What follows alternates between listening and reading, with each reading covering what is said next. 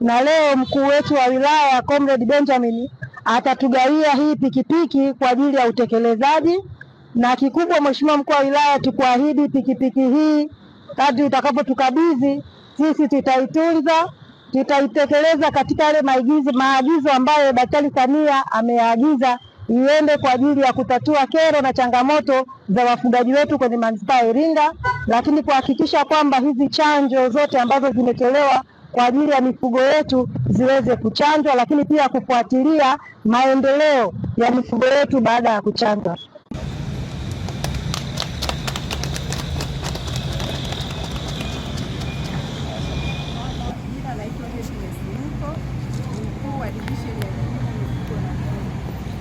Kwa leo hii hapa tuko kwenye zoezi la kukabidhi pikipiki ambayo tumeletewa kwa ajili ya kuwezesha zoezi la kampeni ya chanjo ya kitaifa, na kwa mwaka huu tumeletewa chanjo za kutosheleza kuku dozi 540, na kwa sasa hivi tumeshachanja 525 sawasawa na 96%. Lakini pia tulipokea chanjo kwa ajili ya ng'ombe, mapafu ya ng'ombe, na tumefanikiwa kuchanja kwa 75%. Kwa majina naitwa Dr. Faustin Alex Mbitage, daktari wa mifugo manispaa ya Iringa. Nashukuru serikali ya Jamhuri ya Muungano wa Tanzania inaongozwa na Mheshimiwa Dr.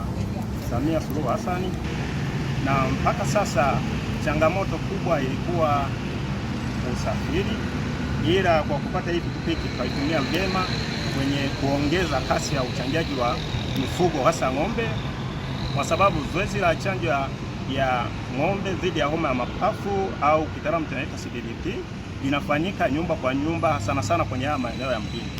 Kwa hiyo kwa kupata hii chombo cha moto pikipiki itatusaidia kuongeza kasi ya kutembelea wafugaji wengi wanaofugia ndani.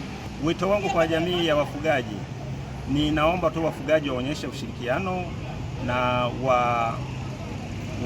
waweze kuwawezesha wataalamu kupata mifugo wote, kwa sababu wao ndio wanakaa na mifugo, na pia baadhi ya mifugo wameiweka sehemu ambayo mtaalamu mpaka washirikishe wao ndio awe na access ya hiyo. Mpaka sasa hivi naweza kutoa takwimu kwa upande wa ng'ombe, tumeshachanja dhidi ya homa mapafu zaidi ya ng'ombe 7,200 na point. Na kwa upande wa kuku tumeshachanja zaidi ya kuku 525,000 na point, ni sawa na 97.2 kwa upande wa kuku, na kwa upande wa ng'ombe ni sawa na 75%.